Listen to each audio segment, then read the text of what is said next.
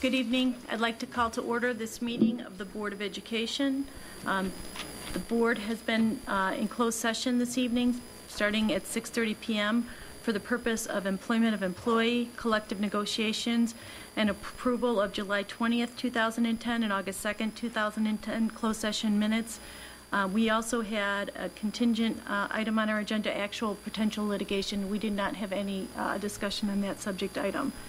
Please stand and join us for the Pledge of Allegiance.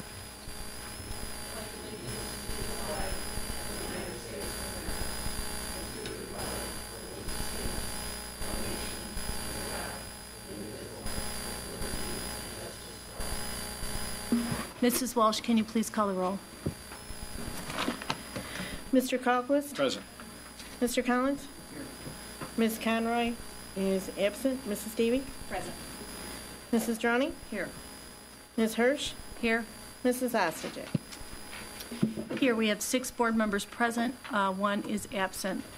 I have 2 speakers who have signed up to address the board. When I call your name, if you could please come up to the microphone at the podium and make sure you turn on the microphone. Please limit your comments to 3 minutes to be respectful to all speakers, and so that we can make sure we have appropriate time to cover all the items on our business agenda. Our first speaker is John Morrissey.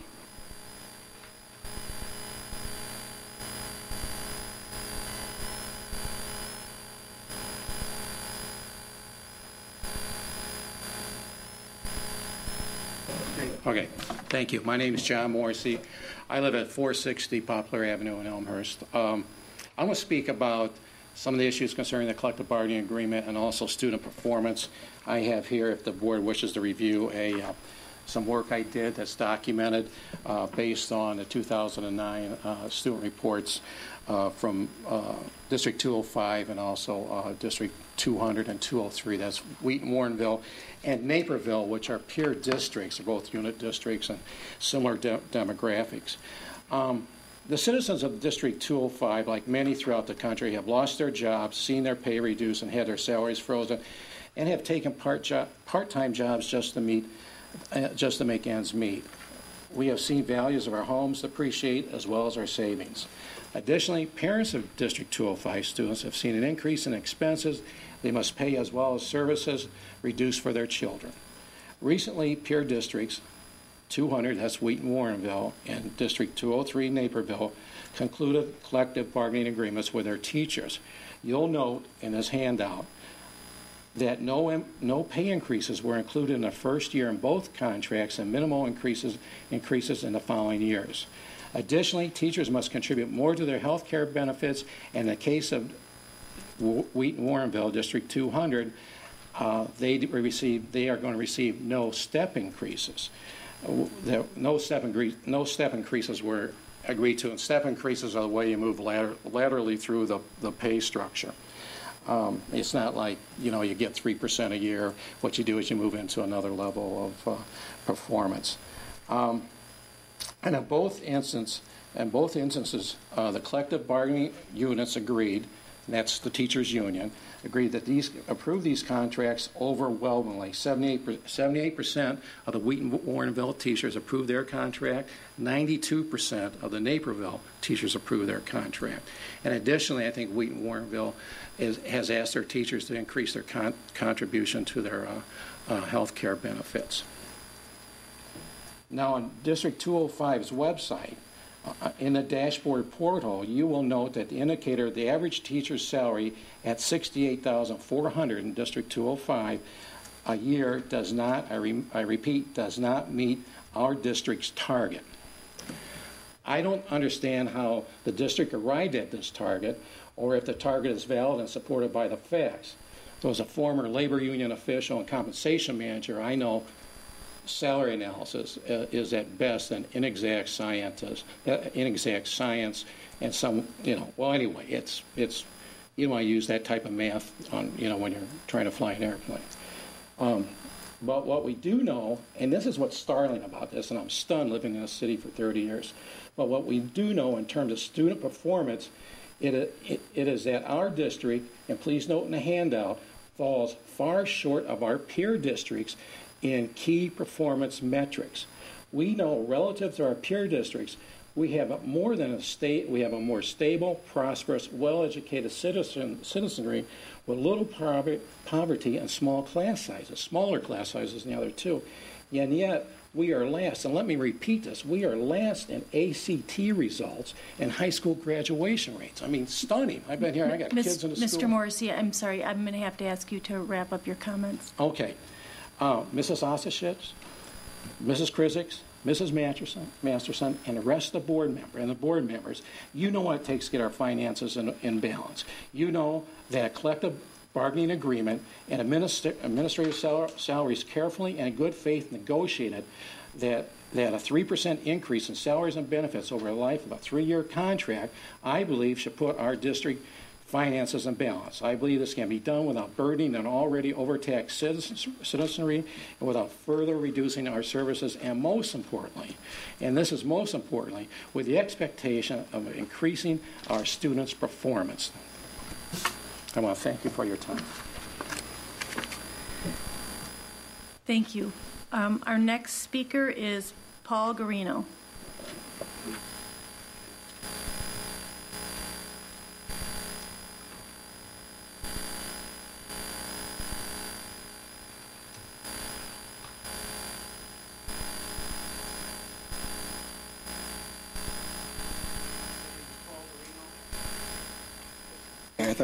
My name is Paul Garino. I live at 836 North Emroy. I taught in District 205 from 1969 to 2005. What I am unrolling here in front of me is the most valuable piece of paper anybody in this district could ever have. It is a geologic map of Elmhurst. It was done in 1930 by J. Harlan Bretz, who I had the privilege of meeting many years ago. If he were still alive, he'd be about 130. And it shows why we flood. And the only thing I'm interested in today, I mean, I could talk about each of the areas in Elmhurst. I'm only interested in talking about Emerson School flooding, the fact it's flooded, and it will continue to flood every time it rains. Okay, so now I hold up the visual. Everybody looks at the visual and goes, ah. Everybody go, ah. Ah, okay. Now, I've only got 3 minutes, and for the people that know me know that I've never met a microphone I didn't like, and I can talk for an hour about anything. So we're going to have a little learning experience here. Take your hands and pretend like you're going to pray, except open them. This is what the land was like where Emerson School and Mary Queen of Heaven were like before the architects, engineers, and builders got involved. What they did then is where your fingers are, they backfilled so that they could have houses behind Emerson School, which is good. You have to have houses because you need students, because without students, we wouldn't have jobs. And of course, I like working because it's good for the money. Now, you've got a little saucer, and when it rains, it's going to hold water, which is okay. That's good, because that's what God intended saucers to do, is hold water. And you build a building. Well, now, if you take a look at this, this is kind of like a saucer. You want to build the building toward the edge of the saucer so it's not underwater.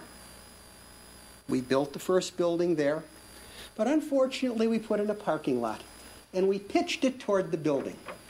From the day I went to Emerson from Cornell in the early 1970s, we took water every time we got more than an inch of rain. Now, for those of you who have been in town for a long time, I'm going to mention 4 names. Bob Murdian, John Alexander, Russ Thames, and Merle Baker. The 4 of them came into the district at the same time. 3 of them became administrators, 1 became a suit salesman. John Alexander. When I talked to John, he said he was making more money than the other guys, plus he got to go on a vacation when he wanted to. They all played practical jokes on each other. They were evil toward each other.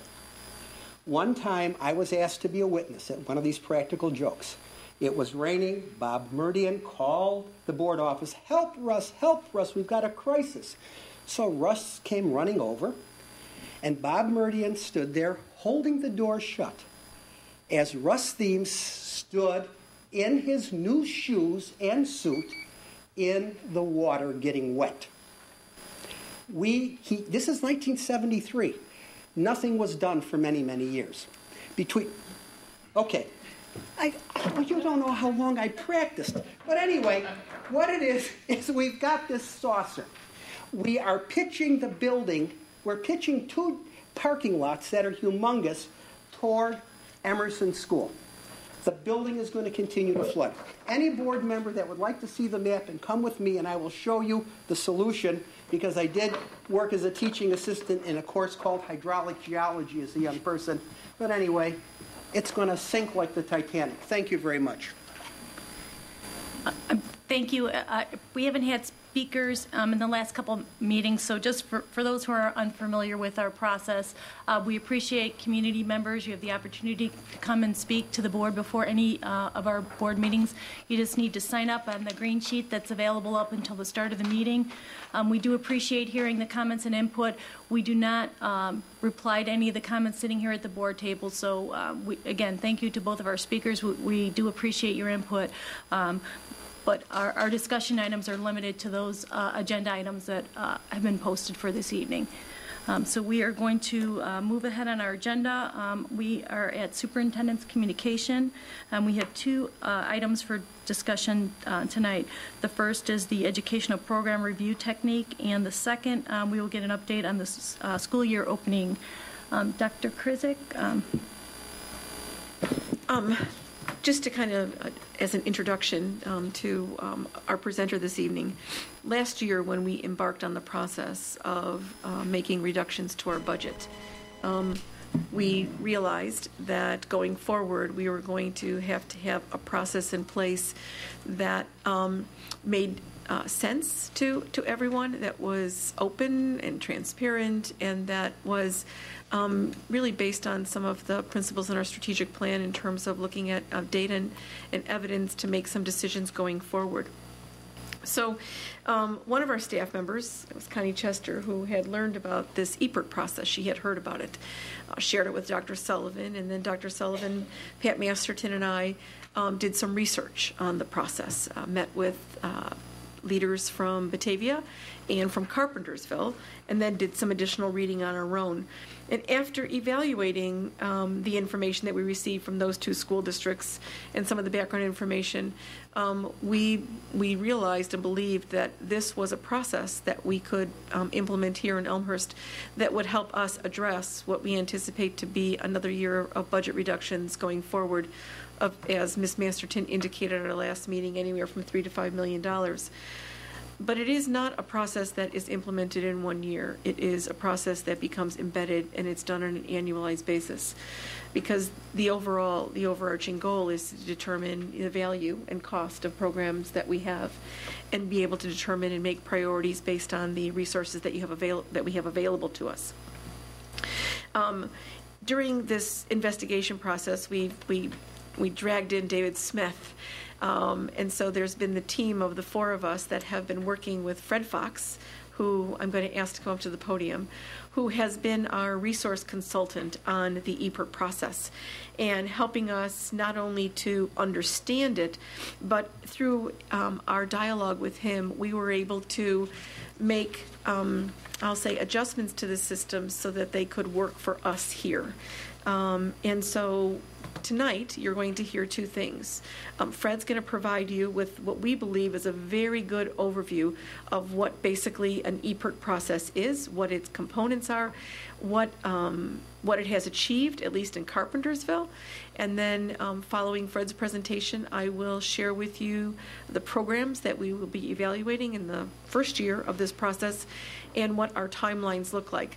And then there'll be plenty of opportunity for the board members to ask questions, afterwards.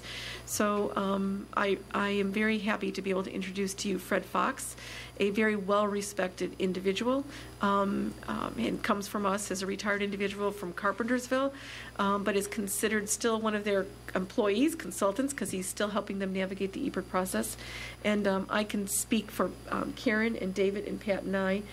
We have found the time that he spent with us invaluable, and he's also then spent time with Malia as well. So he is truly a very generous person with his time and his knowledge. So without further ado, Mr. Fox. Thank you very much. Good evening. I'd like to give you a brief overview. As an old-time teacher, one of the teaching models is tell them what you're going to tell them, then tell them, and then tell them again what you told them. So I want to take just a minute and go over in a few sentences the whole process, and then we'll go back. Certainly willing to answer questions as we go along, or if you want to wait till the end to ask questions, that works either way. The EPRT process is just that. It's a process. It's not a canned program. There is structure to it.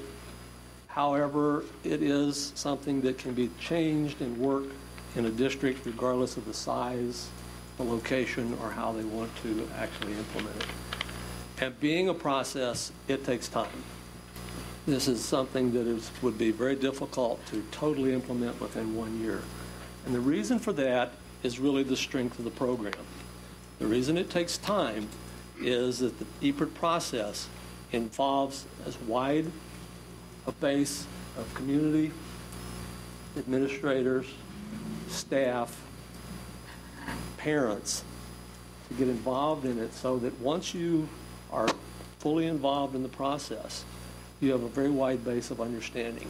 And that's key to the whole process, because what's going to occur with this process is you're going to use program evaluation, you're going to use budget to make decisions about programs as to whether they continue the way they are, whether there may be reductions in those programs, or there might be improvements and additions, or changes in just existing programs without monetary changes. So it's really a two-pronged piece. It deals directly with budget. What does it cost to teach art in Elmhurst? What does it cost for you to run a driver education program? What does it cost to have a business office? And the EPRT programs that you have identified so far, in each one of those, you're going to set up a process whereby you evaluate those on an annual basis, and you look at them from the standpoint of what it costs in order to meet the goals and objectives or the outcomes of each program.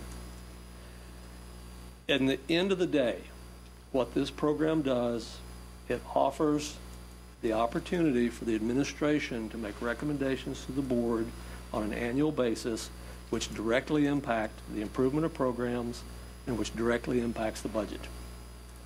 So it's more than just, as we'll go through tonight and talk a little bit, it's more than just a program to allocate dollars for programs for increases or to have to take dollars away from a program.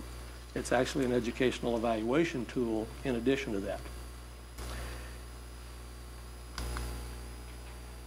Generally, when embarking on an EPRT process, the school district will identify a number of programs that they're going to do.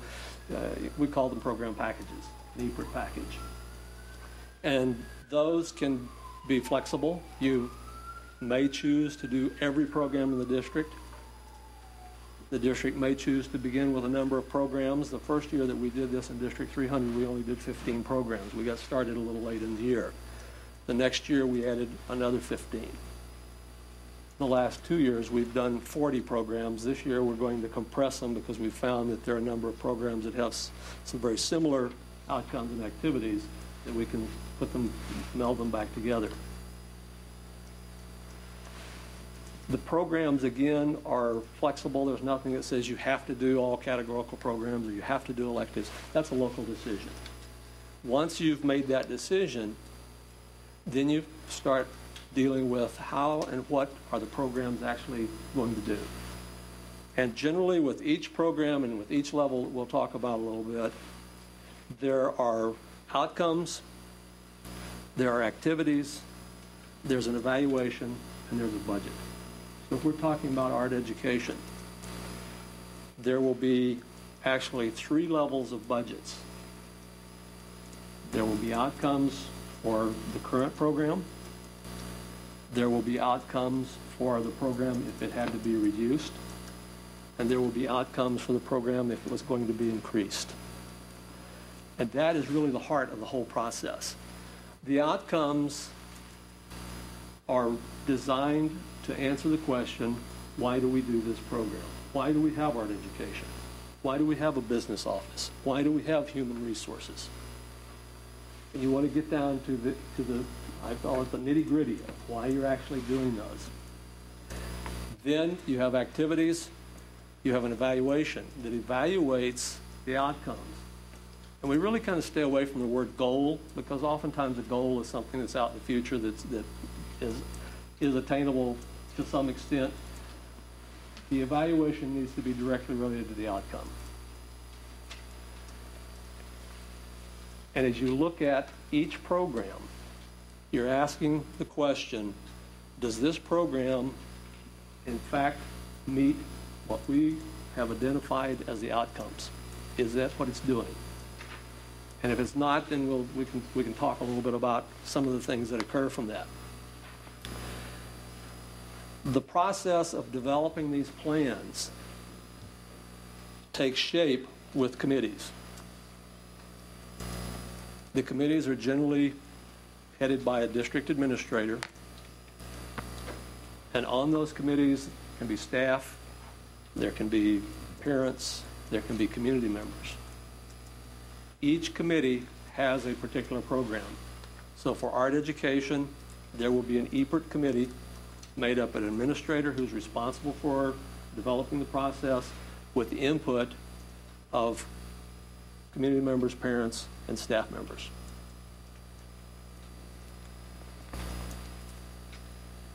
As each committee develops their work,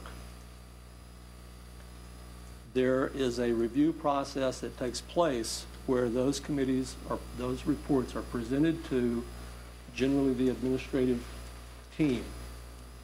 Now, that administrative team also may include some individuals from the community or parents, so that each program then is reviewed to make sure that they're clear, concise, and understandable, but at the same time it's a sharing process. So that as the process goes forward, you're continuing to increase the number of people who get to look at why we do art, why we do driver's ed, why we do whatever the programs are that are identified for the EPERT process. The process deals with either the maintenance of a program, and we'll talk about some level 1, a level 2, and a level 3 in just a moment. Level 2 is the current program. If you were to look at your budget today for this coming school year, you would be able to find that there is a budget that is designated for each activity in the school district. So that's your current level 2. You're going to identify outcomes, activities, and evaluation for that. If there needed to be a reduction, then you have what we call a level 1. And generally it's looked at as about a 10% reduction. It's somewhat of an arbitrary figure, but again, it can be, that's not something that's etched in stone. But 10% generally works fairly well within the school budgeting process. A level 1 would be if you had to make a reduction of 10% in that program. If, in fact, you're in a situation to where, as some districts have over the years, and probably will hopefully get back to after this particular set of bad circumstances from the state and nation and so forth, but if you're in a situation to where you have some money that when you budget next year, you have revenues over expenditures, then you can look at improving programs. Let me move that, I'm sorry. And again, there are outcomes, activities, evaluation, and a budget for that particular piece of the EPERT. So each program that you identify, be it art, PE, music, K-12, or in between grade levels as far as class size is concerned, is going to have 3 reports. It's going to have the current report, which we call a level 2. It's going to have a level 1, which is an approximate 10% reduction, and it's going to have a level 3. And again, those reports are completed and generated by a committee of those people who are responsible for that. So the art EPERT is put together with art teachers, administrators, and others that might be identified.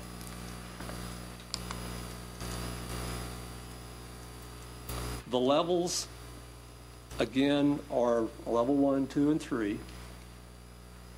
And it's key that a framework be followed with those levels. And that's when we talk about the outcomes, the activities, and the evaluation. Because at the end of the day, if there are changes in a program, we want it to be clearly identified and communicated at the appropriate level. So if there are reductions and we have to review staff, at the end of the day, we want to know what that's going to do to that program. We want to know as clearly as possible what the impact will be. If we can improve a program, at the end of the day, we want to know what that improvement's going to be. We don't want to know what to expect. We want to know what else to begin to evaluate. And again, as I said, in each program, they follow the same format.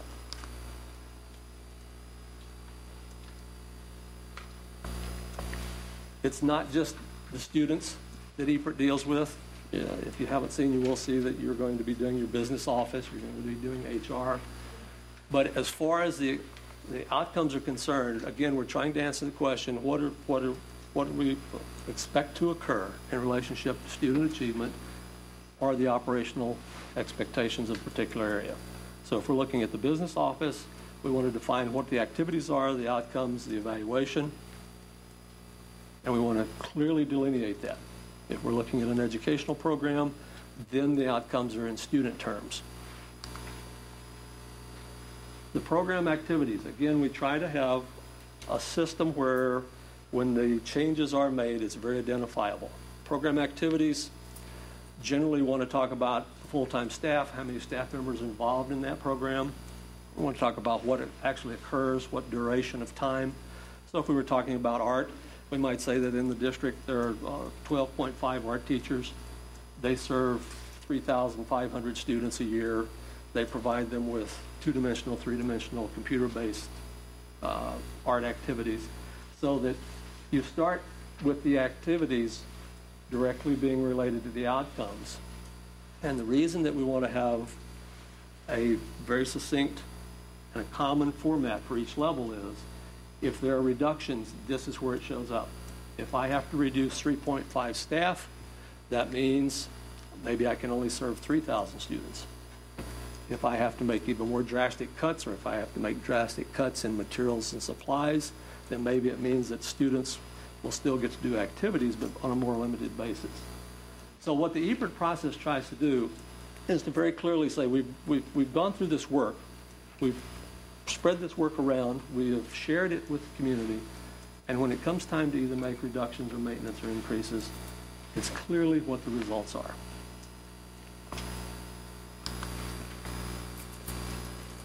The evaluation needs to be related directly to the outcomes.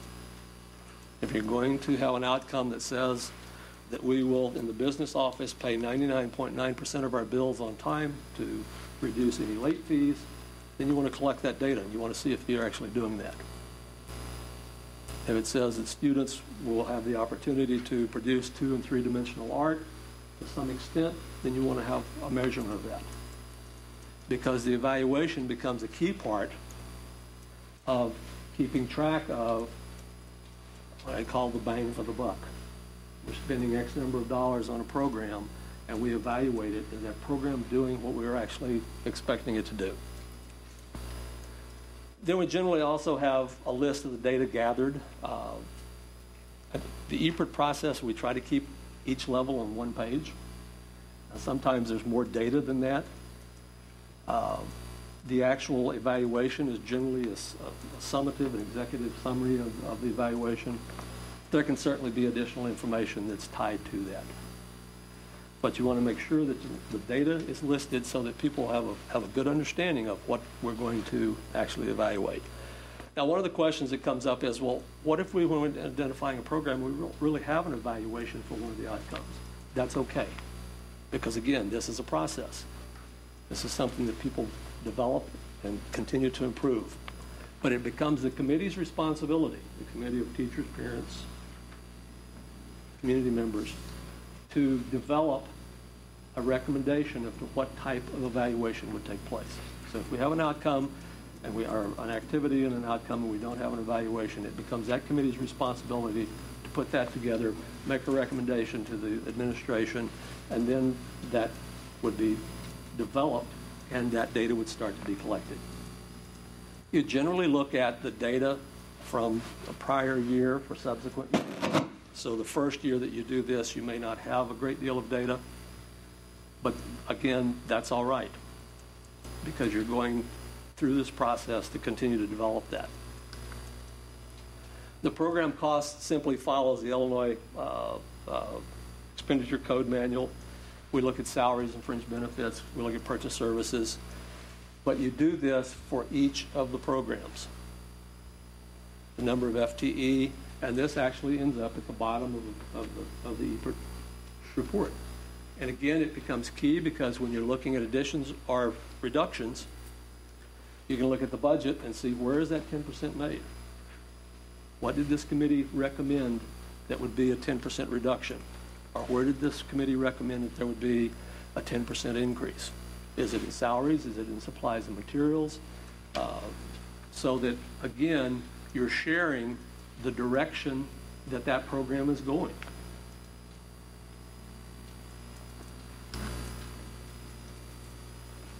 The last part of the EPRT process is decision making. You've gathered all this information. You've had, I believe, 27 committees working, 29 committees. I'm sorry, I've read that 3 times. 29 committees working. They've made their reports, and at this point in time, the administrative team will start looking at how do we rank these? How do we add or subtract value to these programs through a ranking process?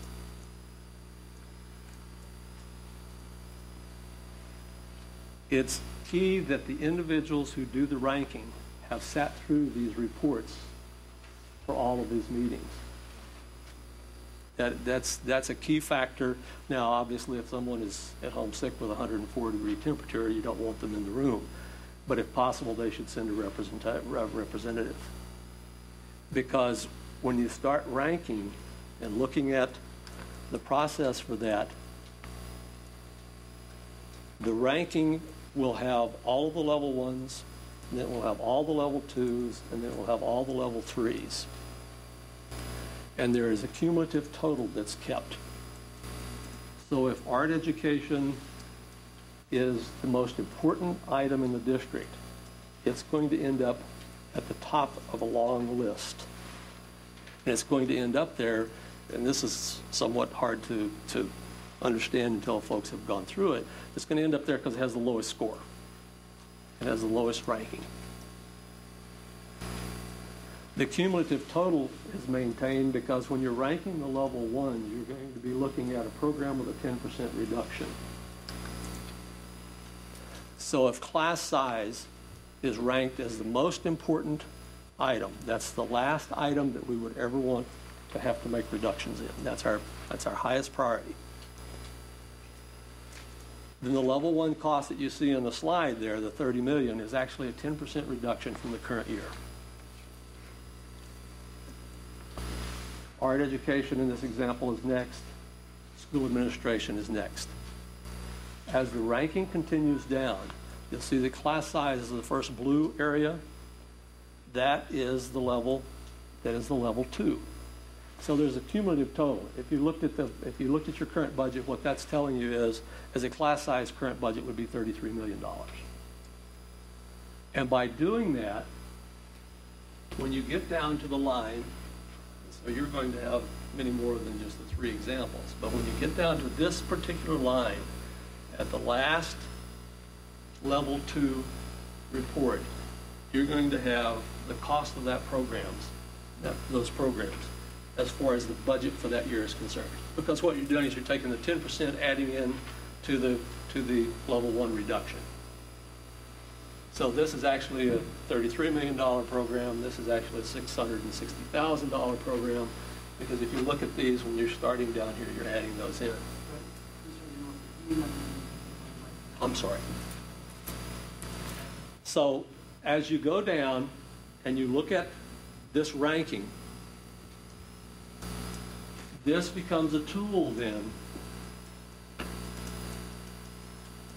that is used for the administration to then make a recommendation to the board for the subsequent year's budget. If you have to make reductions, in this example, the first place you would look is in school administration. It's the first item above the line. If you had to make more reductions, then you would look at art education. In your instance, you're going to have 29 of these that you would be looking at. And as you go through this, and the presentations are made, and the final recommendations are made, everyone that's been involved with this process, all of the information that's been shared across the district, whether on your website or otherwise, people then know the impact of those reductions. They know what to expect. Now, hopefully, in a short period of time on the positive side, if you have revenues over expenditures, you know that you would look at class size, because that was the item that is the first item in line to receive additional funds. The process really involves as many people as the district determines it would be appropriate at each level. The committee work is key to this because each one of these programs needs to be developed so that it's understandable, so that you can be shared, so that people know why we do this. It really begins to give the administration, the committees, and the board a better understanding of how we evaluate the programs. What is occurring in all of our programs? Are we, in fact, meeting the expectations as far as the outcomes as we've defined them? And it gives that last piece where when the administration makes a recommendation to the board for the following year's budget, you clearly have an understanding of how that came about, who was involved, and what the impact is.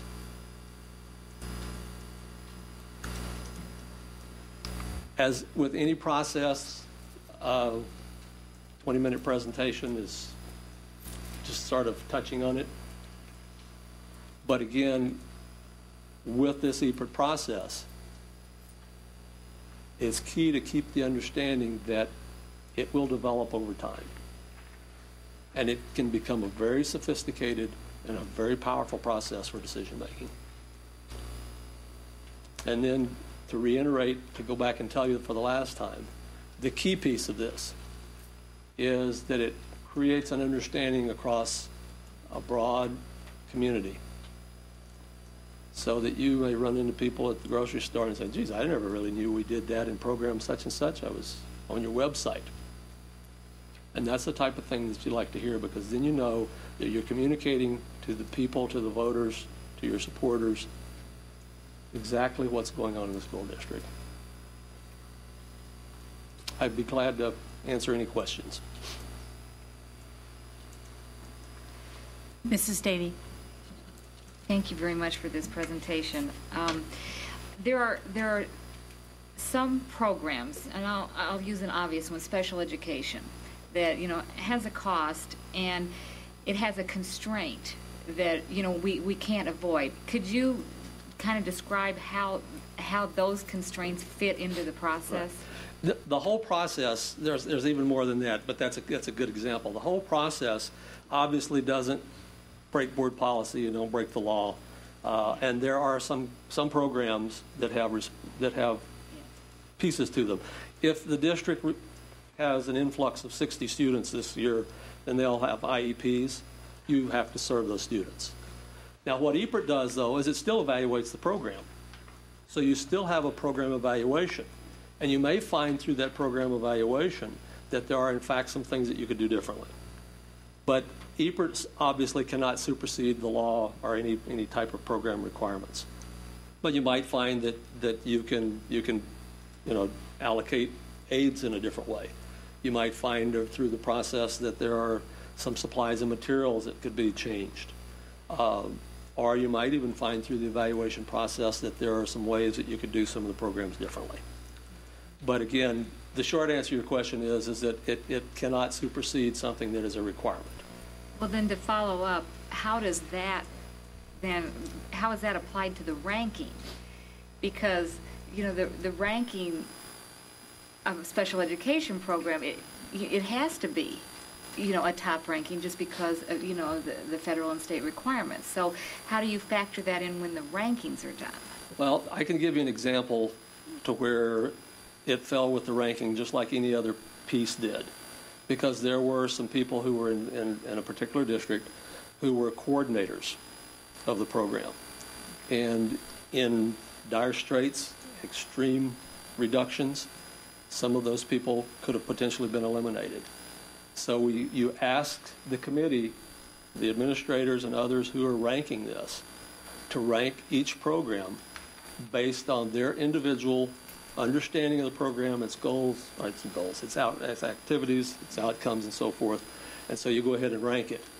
You may even have some things. There have been instances where a district where one of the EPRT processes would make some recommendations that would require some changes in negotiated agreements. They made those recommendations because at that particular time they were just beginning the negotiation process. So it became an impetus for those to be items to look at, knowing full well that they may not be able to implement them completely because it was determined that it was going to be determined by the agreement. Yes, sir. Mr. Kralquist.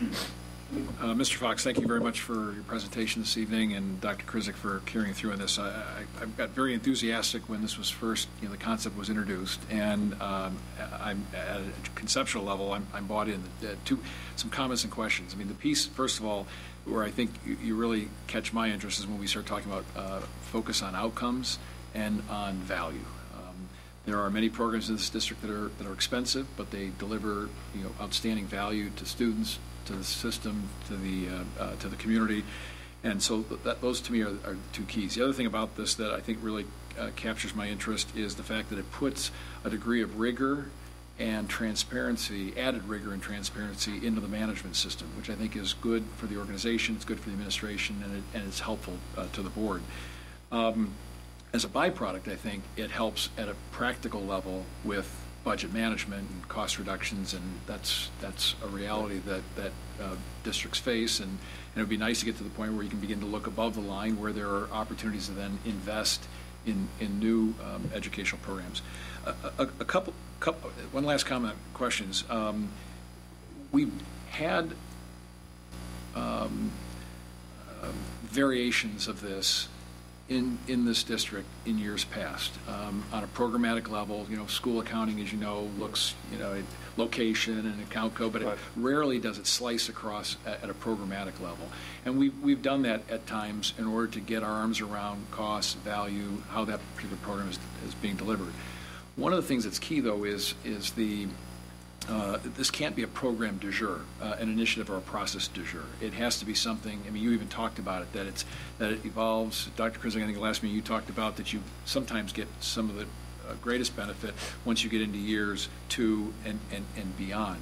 So perhaps just a starting point, you can comment on that in terms of if this is something that the board embarked on for a first year, can sufficient value be derived in the first year, or is this something that you think a board, a district needs to make a longer term commitment than just a year?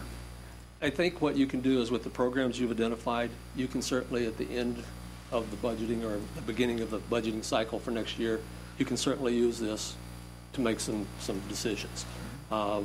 I know that you are, like many other districts, are in a reduction mode. You're looking at some deficits and having to make some reductions. The process is going to improve greatly with a long-term commitment, and there's a couple of reasons for that. One is you're just simply going to get better at it, which is stating the obvious. The other is that you're going to get more commitment from the individuals who are putting this together if it's a long-term process. It's one of those things that, oh yeah, okay, and another new thing, we'll do this for a year and it'll be gone. Just a couple of quick examples of things. If in fact there are cuts that have to be made, there tends to be heightened interest and more participation in the following years. It would be nice to be starting this off on a situation where you're having revenues over expenditures so that you could be improving programs. But I think for this to be something that is valuable, there needs to be a commitment that says, we're going to do this. We're going to do this for a period of time. I wouldn't recommend that anyone set a date and say we're going to do this for 5 years, but I think there needs to be a commitment to the process, because it's like any other thing. If you do it just once and it doesn't quite work the way you wanted it to, and so you say, well, we're going to go on to the next thing, I think you lose the value of it. Thank you. Second question is, can you comment on what the checks and balances or the counterbalancing forces are in this process that drives to the necessary level of candor? In other words, oftentimes in budgeting process, program prioritization and the like, there's a tendency to embellish or inflate the value, the outcomes, or to maybe underestimate, downplay, not capture all of the related costs. Does it fall on the administrators to play I gotcha, or what are the mechanisms to have that? There's a couple of pieces. As each program is put together, as each EPRD packet is developed, you want to have as clear an idea of the budget as you can. Now, again, that's part of the process that's going to evolve, because you may not have the detail of what every school spends exactly on art at this point in time. They may have a general fund that they're spending funds on art. But that's one of the pieces, is that you will eventually get to a point to where you know what art education costs you. You'll know what all these programs cost each year. The other piece is and this is an important item, and I know in the district that you're looking at doing some weightings in the rankings. The weightings and the rankings, the superintendent usually has a higher rating because they have an overview of the total package of the whole district. Central office may be at some level, parents, community members, staff, and so forth. But what that does is that keeps any one group from either realistically or having a perceived group think. All the elementary folks are going to get together, we're going to rate all our programs way up here. The other piece is that the superintendent reserves the right to publish anybody's rankings. And hopefully it wouldn't come to that, but it could be a side conversation that, yours and 3 other people's rankings, I'm not sure with all these numbers and such how they could be exactly the same. That generally doesn't occur. The other part of the integrity of the process is in the presentations to the overall group, because the overall group is going to look very carefully at what they're talking about. You're going to have some elementary principals or secondary principals or whatever who used to be driver ed teachers. You're going to have some who used to be art teachers. You may have a teacher now that used to work in a business office. And those people are going to be very candid but respectful in their feedback when the presentations are made. And if the presentation's not up to par, or if it's not quite right, or if there's some work that needs to be done, then it goes back to the committee, and it's their responsibility to do that. So there's several places that you want to maintain integrity in the process. That's a very good answer. Thank you. And then my last question, you began to touch on a little bit, has to do with the ranking process. It was ambiguous to me through the presentation, the criteria that's used to actually do the ranking. I understand the concept of ranking. You talk about weighting in terms of people who are providing input, but is there a step in the process that has the participants setting the parameters for what the criteria will be, or is that something that comes from board administration? How do you get to transferring ultimately things like we have to do a qualitative comparison between buildings and grounds and library services, or between special education and extracurricular activities and the like? Once the evaluation is in place, and then you've got a fairly sound evaluation, you're looking at a couple of things. You're looking at, are you in fact getting the product you're paying for? Okay, if buildings and grounds is supposed to keep such and such going on, is that actually happening? You can also look at some programs as far as cost per student. You may have a program that costs a lot of money for a small number of students, but again, you look at what is it that's being done for and with those students, and that cost may be justified. When you get ready to do the ranking probably the first time is going to be based on an individual's perception of what's important to the district and what is most important. And if we had to make cuts next year, what would those actually be that would hopefully do the least damage to the district as a total.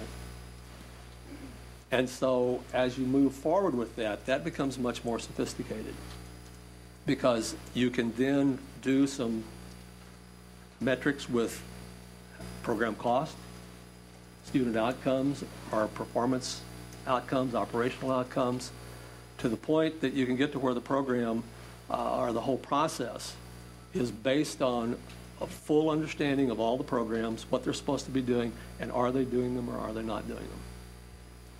There's not really a set thing that you go and give, like the jury instructions. You know, when you're ready to go do the ranking, you're going to rank those based on your best estimate.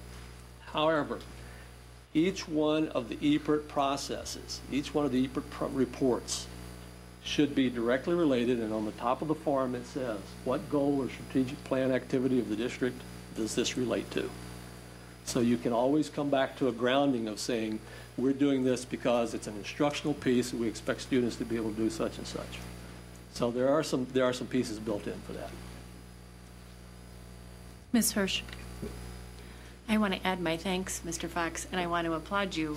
I'm not sure how you came up with the EPERT process and how your district was able to embrace it, but I do have a couple of questions of things that kind of were triggered by some of the things that you said. I'm going to ask you with the softball one first. How did you select the first 15 programs in your district to review? Because I don't think there's a district in Illinois that has only 15 programs. So it sounds like you phased in. Well, so can you help with that? Yes, I can. What we did is we actually identified 30 programs to begin with, but we said since it was late in the year, we were only going to do 15. We identified those programs based on programs that we thought really needed to be evaluated. There were some rumblings that maybe there were some things that needed to be looked at. One of the terms that we use in EPERT, I'll use your term, not mine. Okay, all right. EPERT brings out your warts, and you have to be prepared for that. And it's not a gotcha. It's just part of the process. And so we looked at some of these programs and we thought, you know what, we really need to have these 5 programs. They ought to be first on the block. We also looked at some programs because the first time we did this, we knew we were going to have some revenues over expenditures. And so we looked at some programs out of that first 15 that said, what are some things that historically we have looked at that we really needed to do? And so some of the programs were identified from that standpoint. And then the other one was simply looking at some programs that we could get done in that period of time. I'm impressed with the overall theme. I think introducing further rigor into the management structure and having it being reinforced at all levels, I think, is a very positive thing to have within an organization. And I like the concept of having different constituents involved in the process and having an owner. One of the things that concerns me, frankly, is the amount of time and your level of completion or accuracy first shot through, and your level of consistency taking, in your case, the first year, 15 different teams, and then in our case, if we're looking at 29 different teams, and having the same robustness in terms of the reports and some kind of equity and the learning process. We have a lot of things going on in our district, so can you help us understand the time commitment and a bit about the leveling and consistency across the teams? Yes. The first part is it takes a lot of time. And to state the obvious maybe is not the best thing to do, but it takes a lot of time. But it takes time that if you don't do this, then what process do you have in place to make these types of decisions? One of the strengths of the EPERT process is it takes away the knee-jerk, last-minute, smoke-filled room decisions about reductions or improvements. And so the time frame is the time for the committees, and there is a commitment for that. There's an expectation that that will occur outside of school hours. I haven't seen any districts that pay extra for that. The time frame is the time that the administrators spend putting the programs together. and the time that it takes in order to have the review process take place in the meetings. Oftentimes, and what we do in District 300 is all of that presentation and so forth is included in principals meetings. So there's not extra meetings. It's just an agenda item on a meeting that's already going to occur. The strength of the process is that once people start seeing what can occur with either reductions on an unfortunately negative side or increases on a positive side, the time and rigor tends to increase. Because it's kind of like the old playground activity where, well, there's all the cool people over there and they're getting to do these things. I'm going to go and do the best I can to be involved in that and have my input and so forth. Thank you. I have two final questions. How would you differentiate? We have, as part of our strategic plan, a process in place right now for curriculum review, and we have a cycle. And how would you compare and contrast our current efforts or any district's current efforts in terms of curriculum review versus the EPERT review? They actually work hand in hand. In District 300, there is a curriculum committee, there's an overall committee, there are subject area committees, and they do curriculum work, improvements, and so forth. But what occurs is that the individual from the central office who's responsible for that also deals with the curriculum-related EPERTs.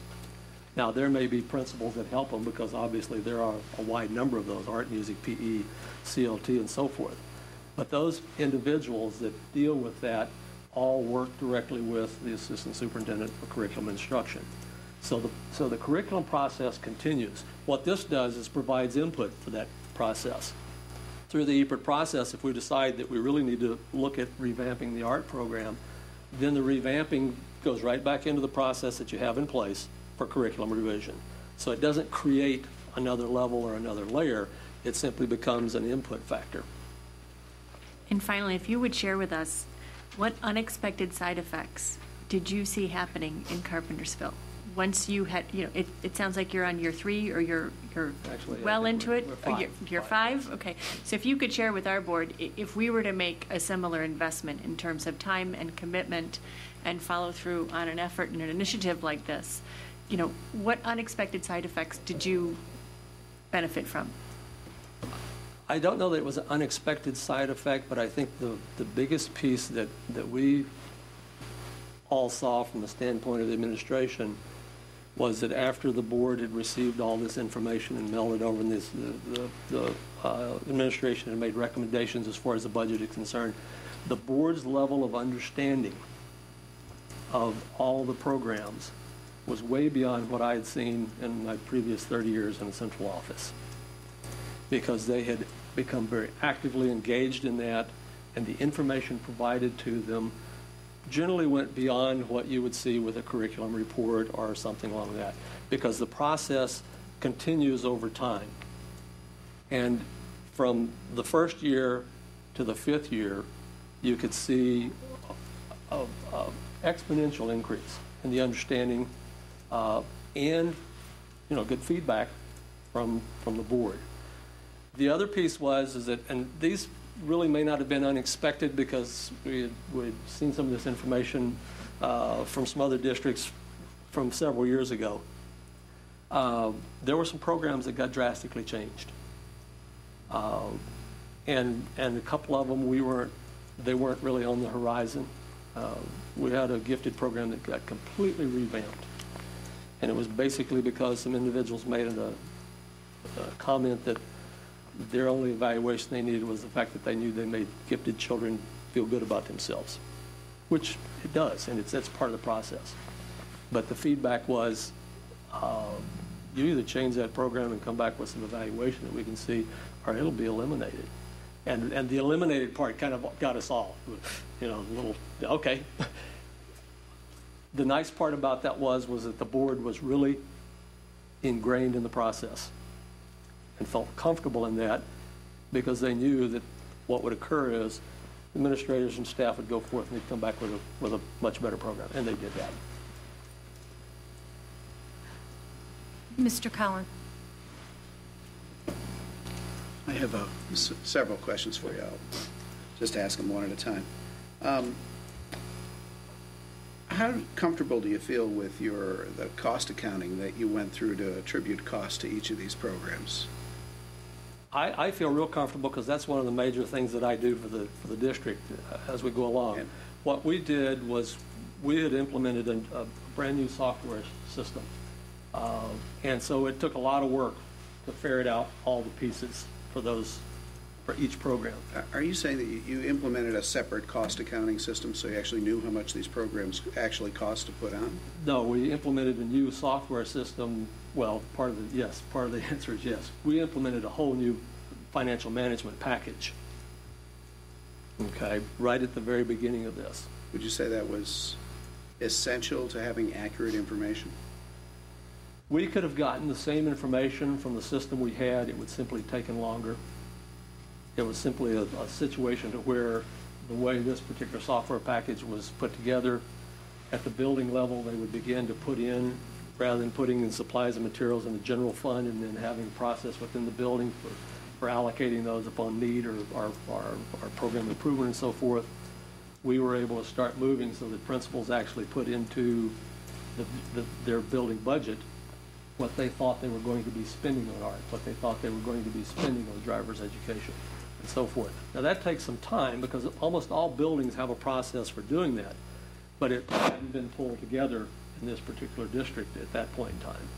So this budgeting process had line items for that, so that when we started looking at art education, I simply do a download into an Excel spreadsheet, and it's got salaries, benefits, supplies, materials, purchase services, all of that's right there. Now, if I want to know what each building is doing, it's there by building.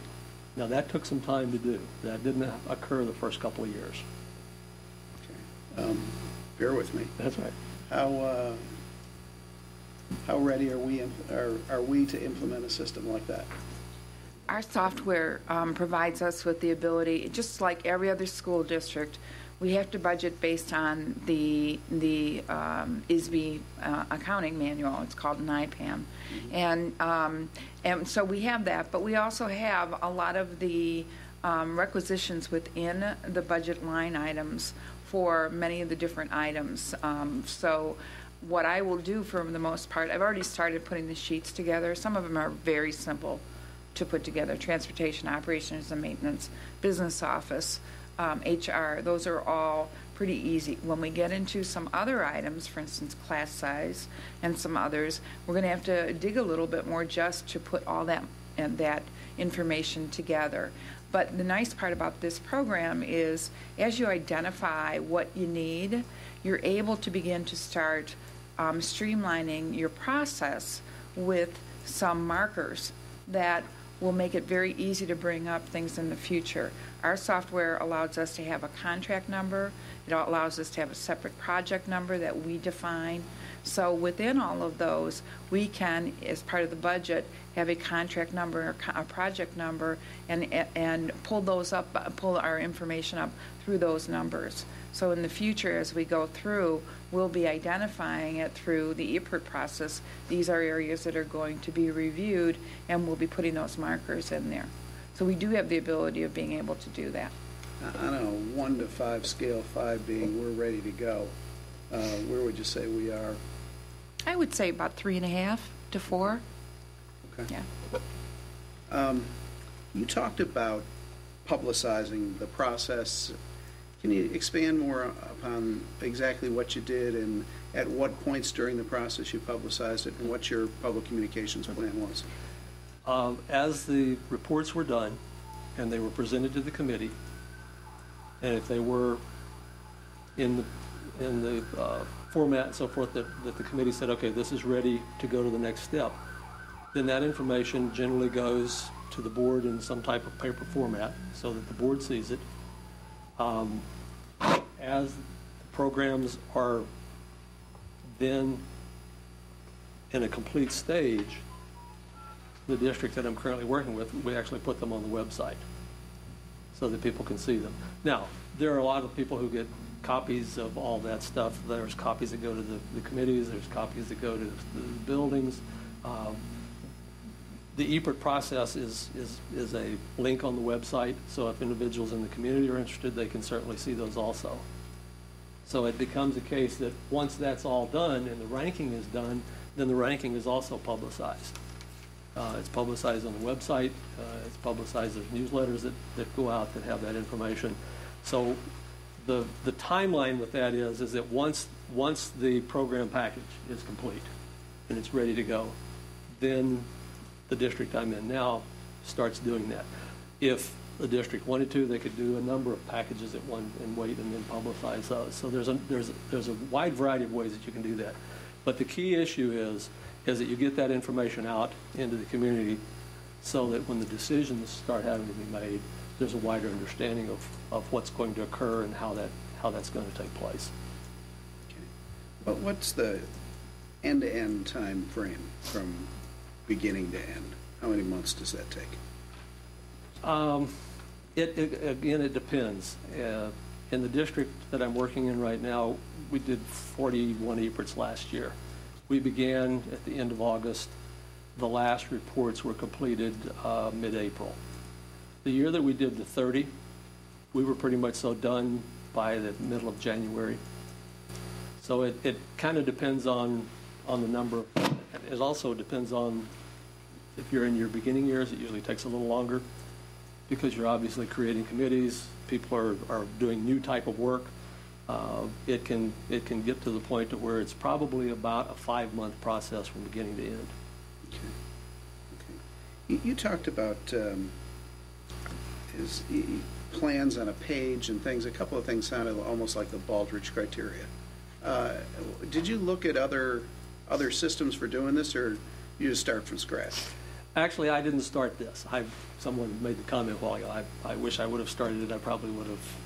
I would be sitting in an office and we're having little EPRTs running around. It does somewhat. The individuals who created it in Arizona many years ago. It was something that they did for their district and really didn't spread a whole lot. But there are some parallels to the Baldrige process. At one point in time, I worked for the Lincoln, didn't work for them, but I worked with the Lincoln Foundation for their piece of the Baldrige process. In fact, District 300 went through and received some awards for doing that. But it is somewhat a model that says you're going to define why you're doing something. You're going to determine how you go about doing it, and then you're going to measure that. And that's not really new for education now, but 25 years ago that was very new for education because we just didn't operate that way to the extent that we do now. Do you think your district's previous involvement in the Baldrige process helped with this process? You know, it was like two superintendents before and a number of years ago, so I don't know that there was a carryover there. I think if a district had been involved with Baldrige or the Lincoln Foundation, it certainly would help because people have a little bit better understanding of the whole idea between outcomes and activities and needing to evaluate that. It's to me, the EPRT process is a very good accountability model also. Okay. All right. Thank you for coming in. Mrs. Deroni. It strikes me that the devil is in the ranking. Is there enough objectivity in the process to be able to make a qualitative ranking to keep down the brawls? I mean, I just think that when you end up ranking, there you are. You know, you draw your line, you're in, you're out, and I'm just concerned how much subjectivity there is in that process. Probably early on there's some degree of subjectivity because obviously if I'm going to sit down and I'm ranking these things, if it's going to have some of my background, some of my biases. However, when you look at the ranking and you spread that out to a fairly large group of people, there's much less subjectivity because, again, it's a cumulative ranking of maybe 35 individuals or 40 individuals. In your case, 59. And again, as I mentioned earlier, there are some things to stop either perceived or real gamesmanship or playing games with it because there are some places, and you just tell everybody that up front. in the 5 years we've done it in District 300 and the information I gleaned from the folks in Arizona that did it, there was never a time that there was a concern that said these rankings are really tainted. I think it's the fact that the process is out there and people can understand it. It would be kind of hard to come up and have a ranking that's really bogus because you have a wide understanding of what's occurring. The whole process becomes very open for individuals to understand, and for those people participating in it as a central office administrator, the first year I did participate in it, I was very cognizant of the board's goals and objectives, the strategic plan. I was very cognizant of how this fit into it. I was very much so aware of the community and their expectations. We had a community that did not like gamesmanship, and so it just didn't, and most communities don't. And so it never really occurred. There could certainly be a need for a side conversation between the superintendent and some individuals, and if it comes to that point, that's another process.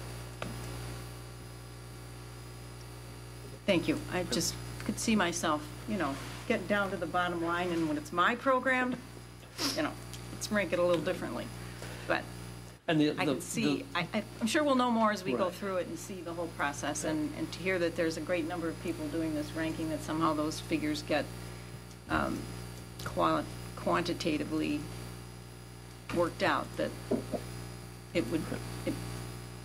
The other part of that is that the principal who, in the district that I work in, who's responsible for art education, the first year was a principal who had been a prior art teacher. The next year, those rotate. We don't leave the same person in charge of the committee each year. So the next year, it may have been a high school football coach that was responsible for art. Some of them do kind of say that with the same person, but there is a rotation over time, so that it does diminish the idea that, well, I'm going to make sure that I vote and my friends vote for our program. I can see that it will take a huge amount of work, but I say let's do it. I mean, like you pointed out, if we don't do it, what are we going to do when we end up having to cut $3 million? And at least now we'll have a solid basis. We can back up our decisions. You all can back up yours, bring them to us. The community can see what's happened, and hopefully we'll make good decisions. I think I'm the last one, so. It's okay. Again, we appreciate your time and helping educate on this. My first is maybe just a question on how the structure works. You talk about the three different levels of the EPERT, and each level has the outcomes, activities, evaluation, and cost. So, in your simple example of the ranking, if for example, class size, and again, this isn't. This is just an illustrative example, was absolutely the most important thing. Is it possible that you might see that come above the line in all three scenarios, even the ad before some of the other pieces? It is possible, but in the ranking system, what we tell people is that you rank the level ones first, and what you do in your mind, and maybe this helps clarify the whole ranking place. In my mind, I decide what is the most sacred program in my mind that I would want to be ranked such that there are no reductions. Okay, and so in my mind, that's class size. So I'm going to put class size in the level ones at the very top, because that, remember, it goes up towards those levels. It's going to be right at the very top of the level 2, so that when you've got them all done, it's the place that gets funding first, if we have that. It's the first one in the level 3s after I've done all those rankings. It is possible that someone might, through their rankings, say, okay, class size is the last thing that I'd ever want to have reduced. However, our class sizes are okay right now. So we might rank and might look at ranking some other item to be the first item to receive some funding. In my little example, maybe art education has, we've held the line on art supplies and materials and so forth for so many years and trying to be more efficient. And so it could end up being the highest ranked level 3. So that if there was additional funding, then that would occur. So would you have scenarios where you might want to add money to one program and another one falls below where you're going to cut? I mean, how does that play out in the rankings? Yes, you can do that. And again, it simply depends on how the individuals, when you do the cumulative total on all the rankings, it depends on what their priorities were, how they evaluated the program, and in fact, could we look at a program that might not be ranked in the other 2 levels at the same place. Just one more question, and then I have a couple for you, Dr. Krizik, but I think the devil is not only in the rankings, but if the rankings are based upon determining how the outcomes are achieved, then really defining what the outcome is and how successful the program is in achieving the outcome is really critical in this plan. So for something that is, a mandated program, that's at this end of the spectrum. For something that is more of a value program, and I'm going to say we have music programs that go all the way down through our elementary levels. How do you define outcomes in situations like that? What you're looking at is, and it goes back again, it's like, why do we have students involved in music education? At the very early levels, it's to simply get them accustomed to and being able to be involved in, when I was in school, the triangle and so on and so forth. You can also look at the state outcomes as to what the state expects you to do, or you may have local outcomes that have been developed over time. And so you look at those key pieces that says this is why we do that. And that becomes a determining factor as to what those outcomes are and then what the activities are and how you evaluate those. And a couple questions, I guess, on process, and I know you've got a timeline out there. I'm not sure if you're going to walk through that, but can you talk a little bit, Dr. Krizik, about how the committees are formed, and also about the process for that you'll be using to determine how the programs will be ranked for our specific district. And I guess one other overarching question. This formal structure of a program is new for our district, but last year, informally, from the teachers, from the building principals, there were some prioritizations made. Those were brought before to the administration, brought before the board, played before the community. So informally, there was a process to solicit input, and this, I think, is a much more organized structure. It's easier to understand. It's going to be data-driven based upon how all these pieces lay out. How do you see us being able to, I mean, we're talking about cuts for this year, $3 to $5 million. So, I mean, this seems like a process that it's going to take multiple years to really get maybe as sophisticated about it as we want. I guess as a follow-up question, how do you see us being able to utilize this to the degree that we need to make that amount of cuts this year? Well, I'm going to say that we did have a process last year, but what it was lacking was attending to the details that Mr. Fox has outlined related to outcomes evaluation, although we had costs associated with it, and it didn't have the activities. And so it became a more subjective process than an objective process.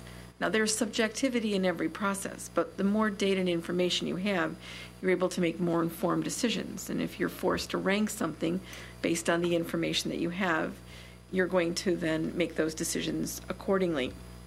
So I do think that, as Mrs. Duroni, pointed out, there is going to be time invested in this process this year. We're looking to put a process in place that optimizes the use of time.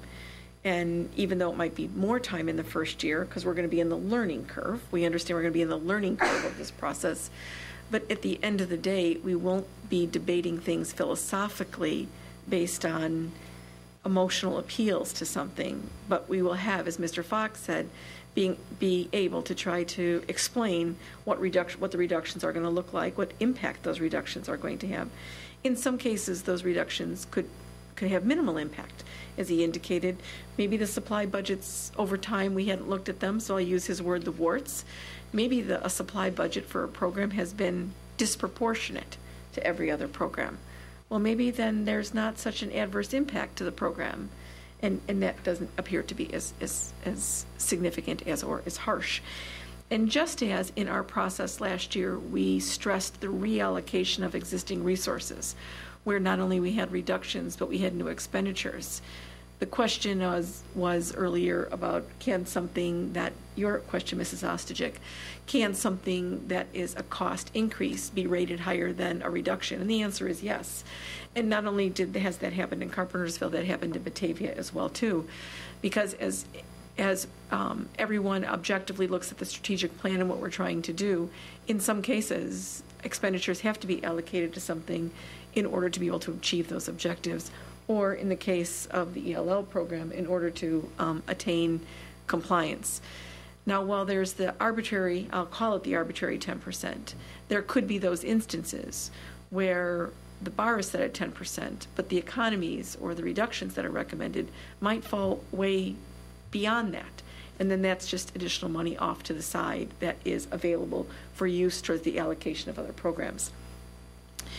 We have been working, I think, on this process since March, I think, in terms of gathering information, maybe even February. And we first met with Batavia, and because they were looking at maybe more than $6 million, I think, in their first year of making reductions, they started late, and they took on 30 programs or 30-something programs. So they didn't start at the beginning of the school year. We're starting at the beginning of the school year, and we've identified what we think are the 27 programs where we need to begin, and we've identified 22 educational programs and 7 operational programs. We think those are the things that have the greatest impact on the budget. So in terms of selecting those items, we looked at what were those most weighted budgetary items. But as Mr. Fox indicated, there are some programs that we need to take a look at in terms of what their costs are and what the value is, and are there clearly articulated program outcomes and activities associated with them. So those too were put on the list, so that because some things are not part of any curriculum review cycle, and they're just reviewed on an annual basis, and they're not contextualized into the overarching operations of the district. So we're looking to contextualize the conversation around these increases, stability decisions, or reduction decisions. So we did put together a timeline, and we've actually, even though the timeline is showing from September to January, our process began earlier, but just last month in October, Mr. Fox did a couple-hour presentation to all of the building leaders that will be facilitators of each of the committees. And so every cabinet member, every coordinator, every assistant principal at middle school and high school level, and every principal has been assigned to one of these committees. The only person that is not assigned to facilitate a committee is me, because it is unfair to have the superintendent facilitate a committee. There's inherent perception of bias there. So we have done that preliminary training and understanding and the conceptualization. That was step 1. Step 2 is making this presentation to all of you to help you have this understanding.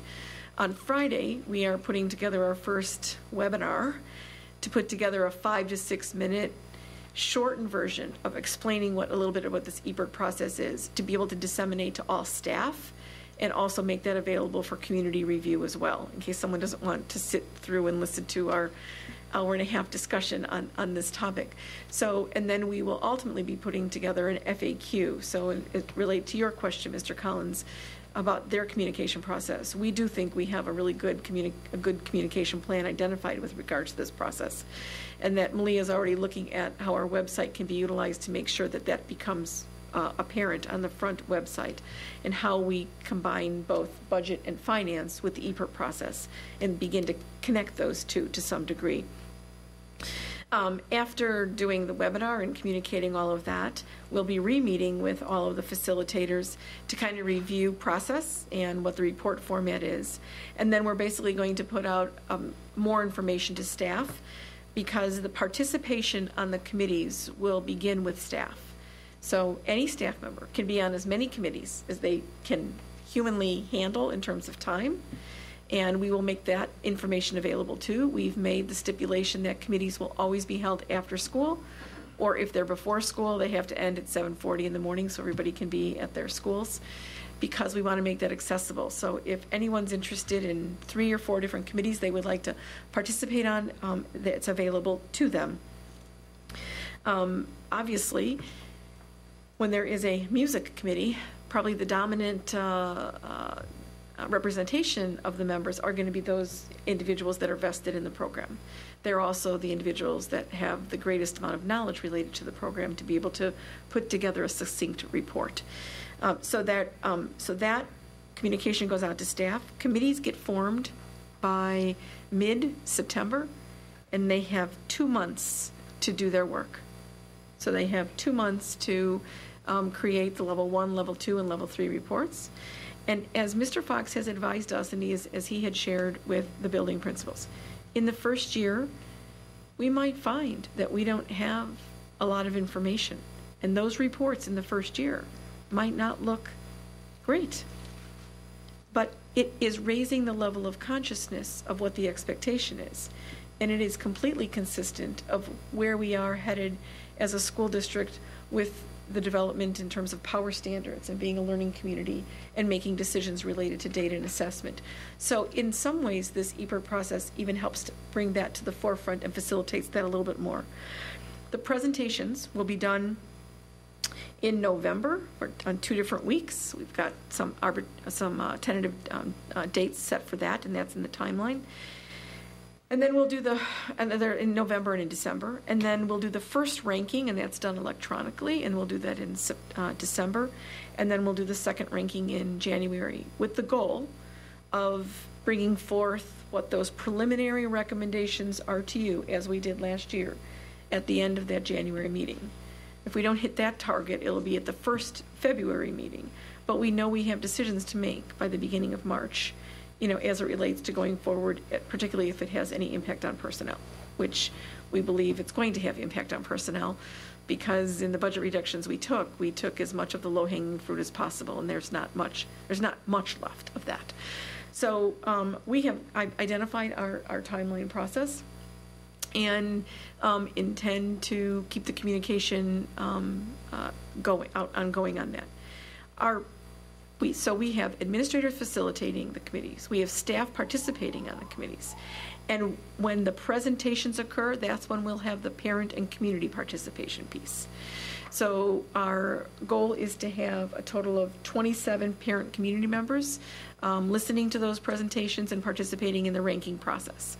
And how we envision this process is that we will ask the PTAs, we'll make a presentation to the PTAs, to have one representative who can commit time to attending all of the presentations. And then we will put out there basically a superintendent's, it's not really a superintendent's committee, but for lack of a better word, a superintendent's committee. And we'll put out applications for community members who would like to submit an application, a very simple application, who'd like to be part of the process. And we would outline what their time commitment is with relationship to this, and we would select 14 of those individuals to participate in this process. So because the PTAs generally represent parents who have students in school, although there are PTAs that have non-parental members in their PTAs, we think that what we do in this district affects the entire community, and so we wanted to make sure that we had the community at large have accessibility to this process. The part about the rankings, we were very thoughtful after meeting with Batavia and with Fred about how the allocation of these points in the ranking process. And we basically have 3 categories. We have the categories of the elementary, middle school, high school principals, and assistant principals in one category. We have the cabinet, the superintendent, and the coordinators in another category, and then we have parents and community members in another category. All 3 of those categories have a maximum of 81 points available to them. So no category outweighs the other. So the superintendent's cabinet, and coordinators don't have 150 points to spread over the ranking scale, and principals have 50, and parents have 10, everybody has 81, 81, and 81 total points as that group. So that's where the equitability comes in. As Mr. Fox said, there could be individuals that, for some odd reason, are able to score 29 programs in level 1, level 2, and level 3 in exactly the same ranking. It's almost statistically impossible for that to happen. Maybe the first 5 or the first 6 look the same because the priorities are so compelling in the district and our initiatives are so compelling. But after that, when you're getting down to 15 and below, then you're really making some of your own professional judgments based on the data and evidence that you have and what you think is really influencing the direction that we're going in terms of the district. So we have, again, I'm going to underscore this, spent a lot of time in the planning process. We do know that the implementation process in the first year is going to be, it's going to be tough because we are asking individuals to volunteer to participate on those committees. What we learned from both Batavia, last year was their first year of implementation. They anticipate seeing an increase in committee participation next year because not everybody really fully believed that there would be an impact to those decisions that were being made by this. So they weren't as invested in the process. And now it has piqued everybody's interest, and there's a high level of investment in that. So there, just as Carpentersville saw broader participation by staff in the process, we anticipate seeing broader participation in the process as well.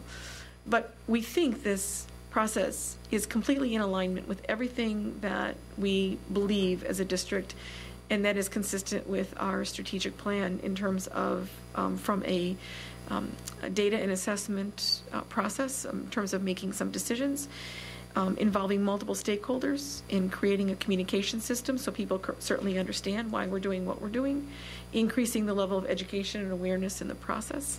And then while not specifically in our strategic plan, but related to policy, embark on a course of being fiscally responsible with our resources while optimizing student outcomes, as we had heard earlier this evening. So we think it hits the mark on all of those, and so we are excited, not at the prospect of the work that it's going to take, but we are excited at the prospect of what the potential outcomes potentially can be. That's what we're very excited about. Mr. Collins. Did you look at any other, what I call competing programs, any other processes to achieve the same result? Last year, when we embarked on this process, we didn't discover this one, but there's very few processes out there that are as comprehensive as this one, and we couldn't find one. And in doing our research, even on the Arizona process, which is widely used in Arizona, and it got brought, brought here to Illinois, there aren't, to our current knowledge, Mr. Collins, any processes that are as comprehensive as this one that are as close in alignment with our strategic plan and what we believe. So we are not aware of one.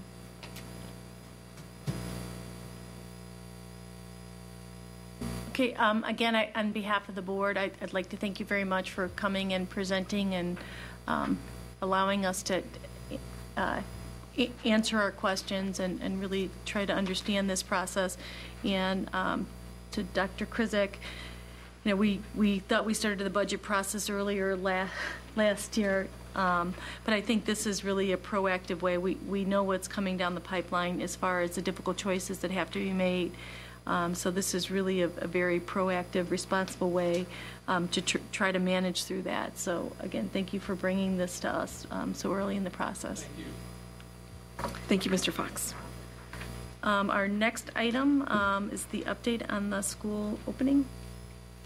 Just basically a short update. As you know, the first day for staff is this Thursday, August 19th, with the kickoff of our Opening Day Institute, which we're very excited about. Freshman students will attend Friday morning on the 20th, and then the first day is the 23rd, the official, start of the new school year. I put this on the agenda just to kind of give you some updates on a few pieces, and that is that we will have hired 47 new staff, teaching staff this year. Some of those are interns, but 45 individuals, either in roles as teachers, social workers, psychologists, and we have 5 new support staff for a total of 52 individuals. And as I had shared with our new teachers, we hired 47 teachers out of an applicant pool of more than 14,000. So this really speaks to 2 things. It speaks to what the current market is out there, and it also speaks to a great desire for individuals to want to be part of what I think is a very high-quality school district committed to excellence. Since last March, since we gave you our tentative enrollment plan, we have added a total of 5 new positions at the elementary level. We took away the 5th grade at Emerson, and now it's back. So we have 4 sections of 5th grade at Emerson. We added a 1 section of kindergarten at Field, so they have 3 sections total.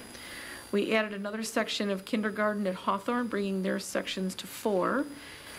We added also a new 3rd grade at Hawthorne.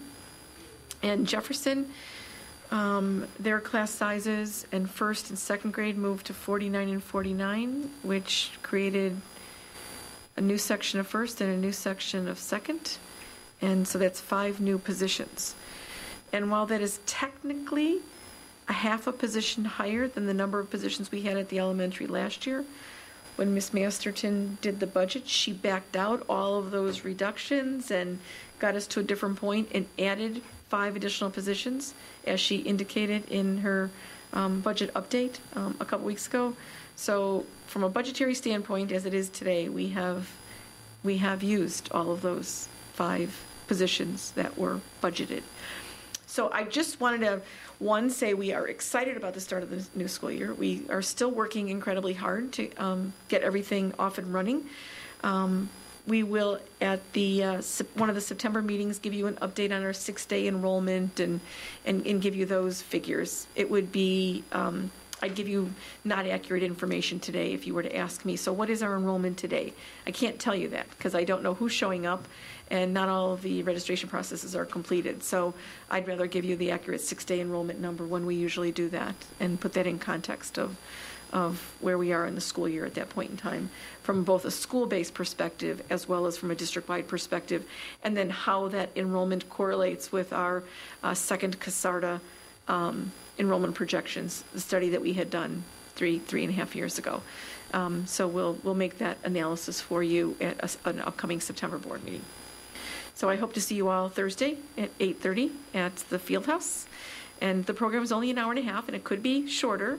As someone said to me today, people are always happy if it goes less time than it was anticipated. So we think we have a great opening day planned for staff, and I know the principals are working incredibly hard to optimize the time that they have with their staff on Thursday afternoon and on a Friday. Thank you. Our next item on our agenda is the approval of the board meeting minutes from the August 2nd, 2010 meeting. Are there any amendments or corrections to those meeting minutes as presented? Seeing none, they are approved as presented. Our next item is the superintendent's consent agenda. Are there any items any board members would like removed for discussion? Okay, seeing none, I will accept a motion. Mrs. Davy? I move for the approval of the consent agenda, which includes items A through G. Second. Moved by Mrs. Davy, seconded by Mr. Carlquist. Mrs. Walsh, can you please call the roll? Mrs. Davy? Yes. Mr. Carlquist? Yes. Mrs. Droney? Yes. Ms. Hirsch? Yes. Mrs. Ostaje? Yes. Mr. Collins? Yes. Ms. Conroy is absent. Thank you. We have 6 ayes, no nays, 1 is absent. Our next item on our agenda is upcoming meetings. We have 3 meetings that are posted. One meeting for August 30th. We have a Board of Education special Board of Education meeting at 7:30 here at the District 205 Center in this room. On Tuesday, September 14th, we have a Board of Education workshop meeting also at 7:30. And on Tuesday, September 28th, we have a Board of Education business meeting that's also the evening of the budget public hearing, where our budget is adopted following the public hearing. So that is 7:30 here also. Our next item is board communications. I have 2 items, and then I'll open it up for other board members. First, we'd like to welcome a new face sitting at the table over there. So welcome to Malia Smith. She's our Director of Communications and Public Relations. We're happy to have you in this district, and a warm welcome at your first board meeting. One other item I did want to bring to the attention of the board, received notice from a community member of the loss of a York student, Sergeant Dennis Kisseloff. He was a 1982 York graduate, and he lost his life in Afghanistan in May of this year. So I guess I'd like to just have a moment of silence in honor of Sergeant Kisseloff.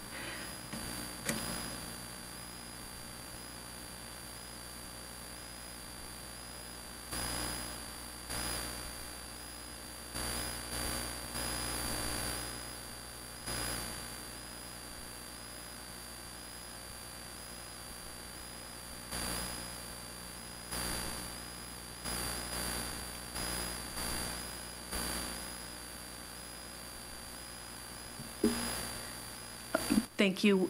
We've lost several of our former students here in service on behalf of our country, so it's always difficult to hear that news. Moving on, though, are there any other board communication items? Ms. Hirsch.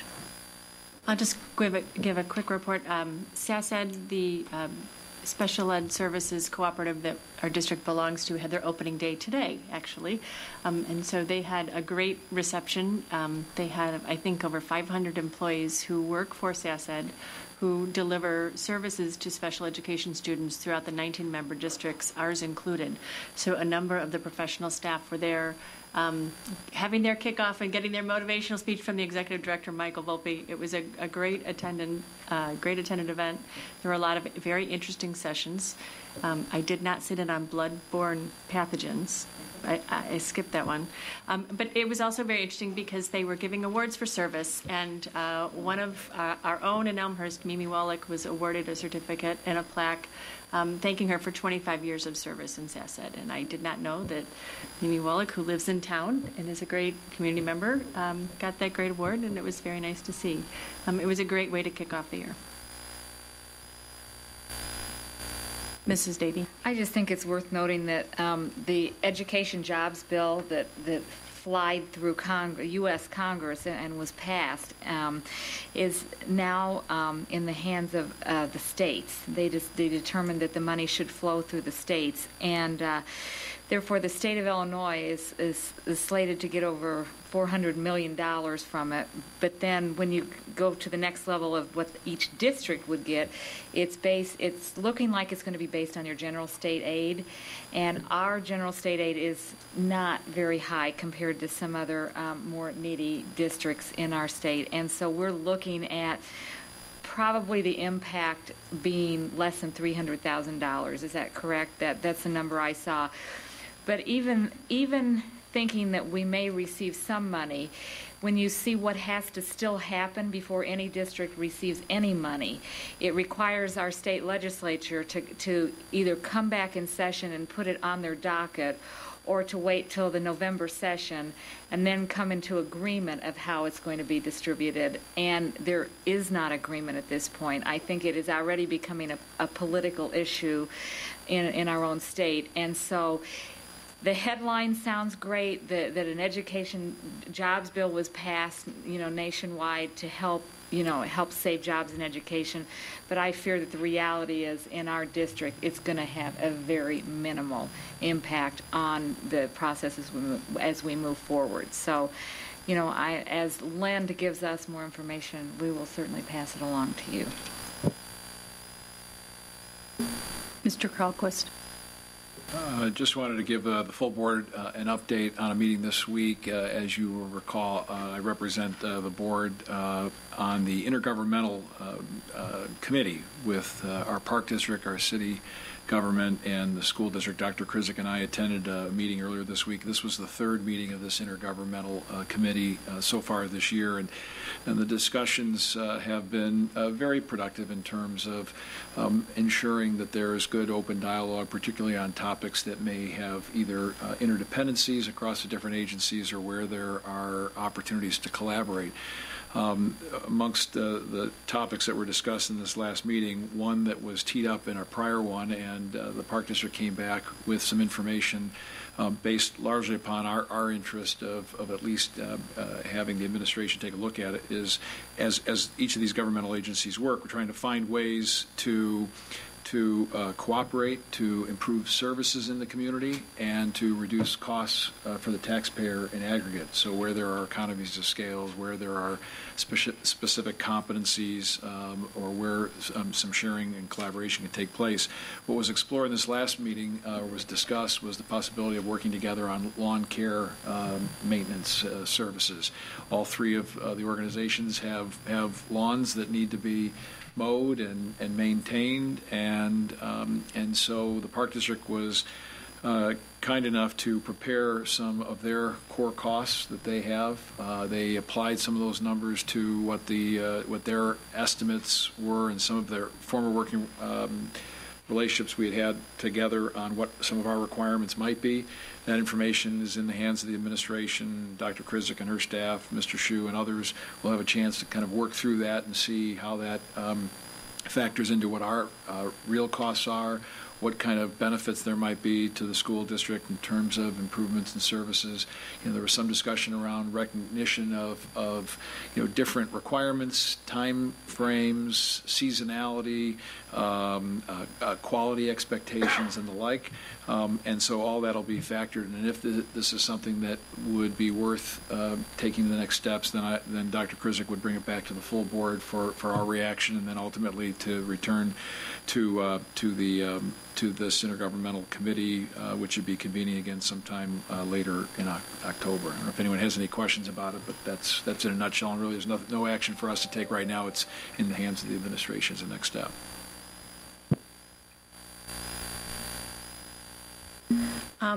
That concludes our agenda. I will accept a motion to adjourn.